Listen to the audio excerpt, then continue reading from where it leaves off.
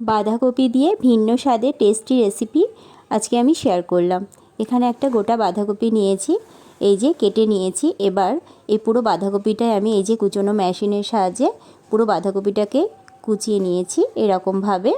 আর এখানে একটা mixing jar নিয়েছি, এর মধ্যে আমি দিয়ে দিলাম 4টে শুকনো লঙ্কা আর কয়েক কোয়া রসুন দিয়ে আমি মিক্সিং জারে পেস্ট করে নিয়েছি। আর এখানে 2 চামচ মতো পেস্ট আমি দিয়ে দিলাম। আর এখানে দিয়ে দিলাম আদা কুচি, ধনেপাতা কুচি, কাঁচা লঙ্কা কুচি আর 1 চামচ সয়া সস আর 2 চামচ দিয়ে দিলাম কর্নফ্লাওয়ার দিয়ে এবার সমস্তটা ভালো করে আমি মেখে নিচ্ছি।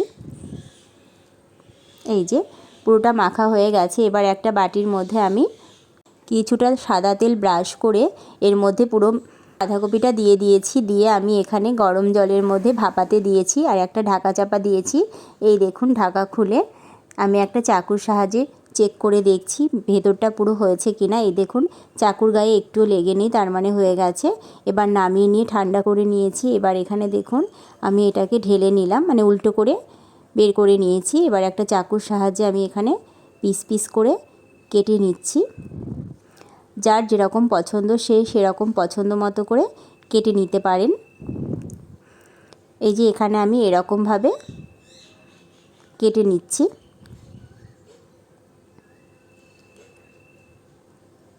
সমস্তটা এরকমভাবে আমি কেটে নিলাম।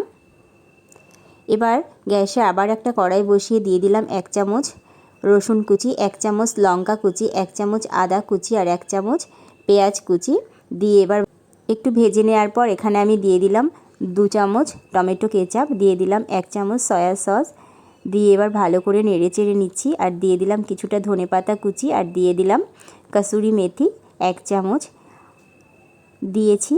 আর দিয়ে দিলাম 1 চামচ কর্নফ্লাওয়ার গুলে দিয়ে আমি দেখুন নেড়ে চেড়ে নিয়ে সমস্তটা দিয়ে আমি নেড়ে চেড়ে নিয়ে এই রান্নাটা কমপ্লিট করে নিয়েছি।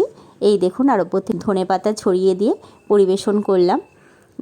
এখানে আমি একটু চেখে দেখছি, দেখুন কত সুন্দর লাগছে, খুব ভালো হয়েছে।